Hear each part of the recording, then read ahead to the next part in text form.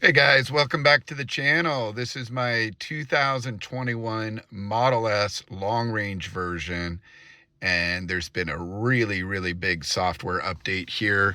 So you can see we have a number of different updates here that I'm going to review. This is update 2022.36.20, which does have the full self-driving and many other options we're going to kind of review here today.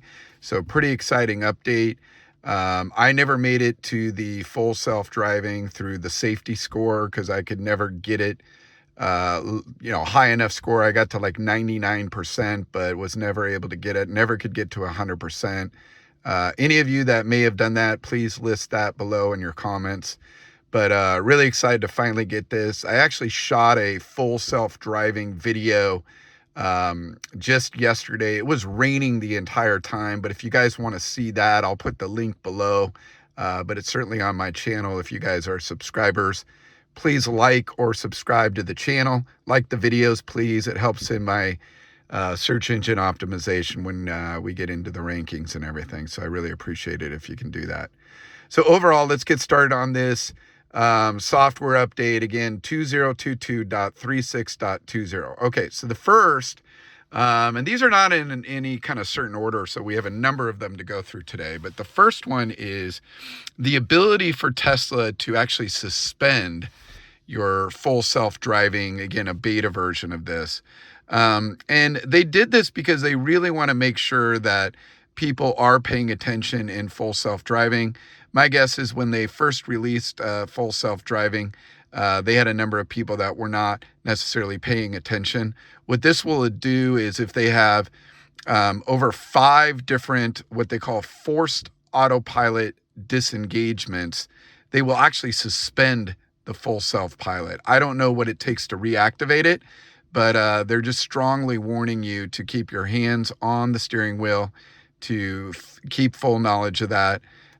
This was actually something that's really important. I don't know if they've also activated the camera up here above the rear view mirror to make sure you're paying attention. Maybe that's actually, I think that is in the update here under cabin camera. So we'll find out here.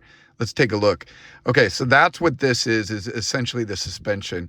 Click on the next one. This is the full self-driving, so you can actually read through all the details around this. I'm not going to go through all of them here, but full self-driving in my test was not full self-driving. It is significantly better than autopilot without full self-driving.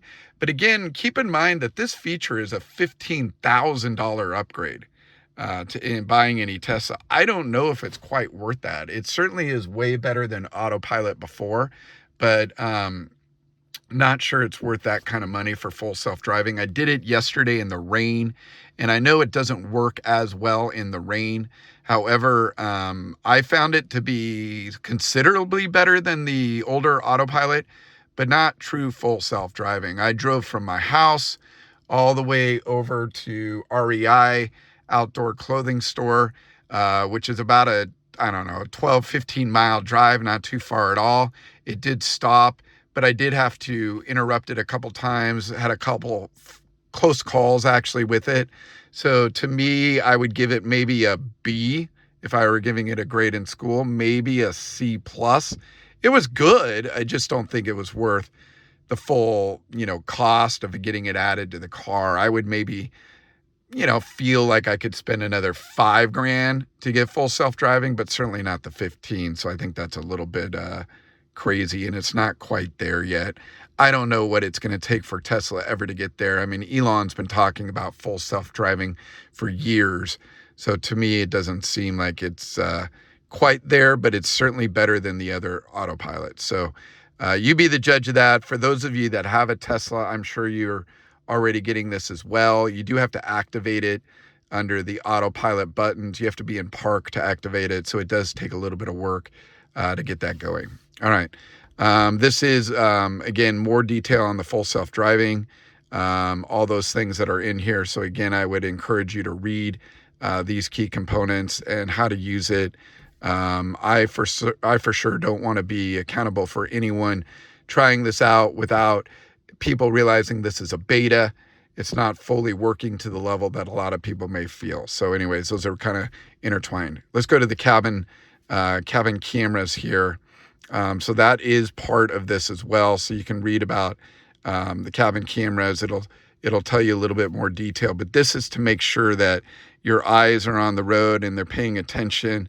Again, if camera images do not leave the car, so it's all client side on the car, allowing the car to make definitions and understanding, but it doesn't send these photos to the cloud or anywhere where Tesla can actually spy on you. It keeps them all in the car just to make sure you're paying attention. So this is a little more detail on the cameras. So again, they're reminding you that they're not sharing this data, but this is to help them capture images if there is a crash so that they can determine what may have happened. They can get their engineers involved and help with that. So this is more for analysis and things like that. This is a pretty cool feature. This is karaoke in the car. So apparently I might do a separate video just on the karaoke. My wife loves to karaoke in the car, and then having the words on the screen in the passenger. I know sometimes my wife will sit back there with my daughter, and they'll certainly partake in this. My son and I might sit in the front seats, but this is pretty cool. They'll put the words on the screen in the back of the car and play the music, and then you have the ability to hit a button, the audio button on the yoke here. So this button here, which will display the words on the screen or have the singer actually sing the words. So it's pretty cool to know that you can have full-on karaoke in the car. I love that.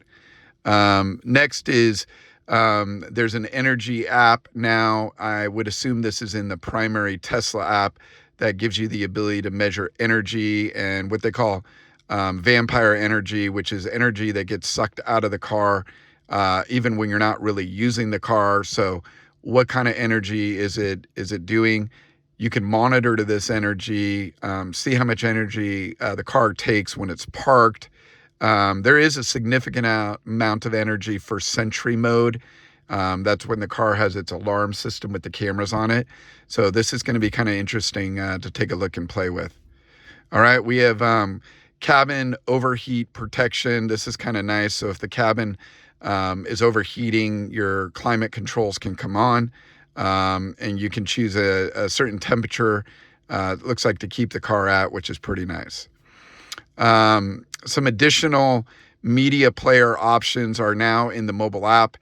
You just need to make sure you're on the mobile app version 4.13.0. Supercharging, more additional details. So there's a redesigned supercharging map that will now display historical occupancy, gives you an idea of how busy those different chargers are. Maybe before you're planning a road trip might be helpful. And then you also will have your pins available for any community areas or rooms or lounges or coffee lounges that do require getting a supercharging pin to enter the vicinity of those different areas and things like that. Let's see, car left open notification. I know this is helpful. My wife and I, we have two Teslas actually. We have an older Model X 2016, one of the first Model X's, and we have this car. Both run through the app really simply, but this will notify you if you left a window open or a door unlocked, or just the car is unlocked, things like that. And if you're away from your car, you can always go into the app to lock the car, anything you need to do there.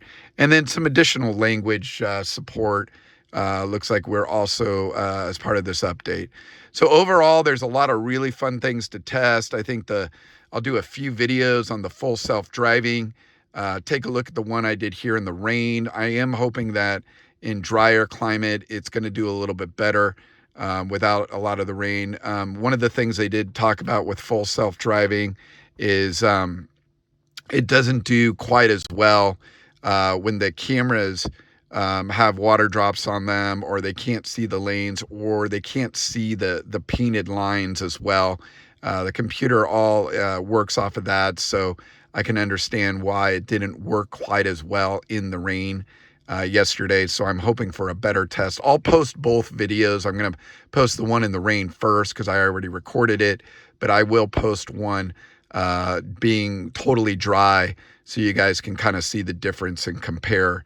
The other one that I'm going to definitely play with is going to be the karaoke. I'm sure the family and I will do that. I'll show you how the words come up on the screens in the rear of the car, and hopefully that's going to work well. That might be a tricky video to shoot because I have to make sure I don't get in trouble with any digital rights management with the way the sound works, but maybe I can turn it down and you can still see the words on the screen. So that one will be fun to do. We'll take a look at the, any kind of updates in the Tesla app. We'll also look at some additional information on supercharging in the map. I already have seen some of the notifications related to doors or windows being open. That works really well. So I was really pleased to see that. So overall, these are going to be a little bit fun to play with. I am looking forward to it's right now getting very, very close to the holidays. So I'm really looking forward to maybe getting a holiday update. Last year we got a holiday update where the car will blink its lights and do different things. They call it a special software holiday update, software update. So I did post one last year. It's kind of fun to see that. So we'll certainly look for that this year as well. So that's about it for this video. I wanted to make it short and quick so you guys can see all the latest updates, some really exciting things here. Thank you for coming back and watching the video. I do appreciate a like on the video, so please give me a like. And also, if you haven't subscribed already, please subscribe to the channel. My channel covers mostly Tesla, but I also have a older Porsche 993 911 gasoline car that I will highlight some items. And then I actually have another Porsche on order. And then, as I mentioned earlier, my wife drives a Model X 2016. We just got that back because we got an accident with the door system there. My wife actually accidentally pulled out of the garage with the door open, and we just got it back after it was in the shop for a number of months. Oh my goodness. Never get in an accident in a Tesla. It just takes forever to get parts and can be really, really difficult. So anyways, overall, I'm a car enthusiast, love Tesla, love electric cars, also love a few gasoline cars. So please join us on the channel. Please subscribe. Thanks again for joining us today, guys. Take care.